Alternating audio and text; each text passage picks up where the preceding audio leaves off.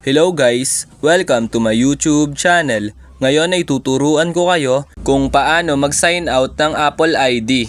Una, pumunta lang ng settings. Then kapag nandito na kayo sa inyong settings, kung mapapansin nyo itong Juan Cruz, i-click nyo lang yan. Then kapag naklik na natin to, then scroll up nyo lang. Ayan, then kapag na-scroll up na natin, makikita natin dito yung sign out. Which is eto. Ayan, then kapag nakita nyo na yung sign out, then i-click nyo lang yan. Then kapag naklik nyo na itong sign out, kung mapapansin nyo naman sa upper part corner, itong sign out. Ayan, i-click lang natin yung sign out. Then kapag naklik na natin yung sign out, ayan sabi, are you sure? Then i-click lang natin tong sign out para makapag-sign out na tayo ng ating Apple ID.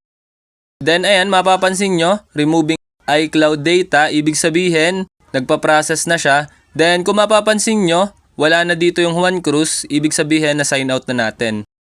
Ayun, ganun lang na makadali mag-sign out ng Apple ID. Ayun lang, thanks for watching. Subscribe me for more videos like this. Thank you!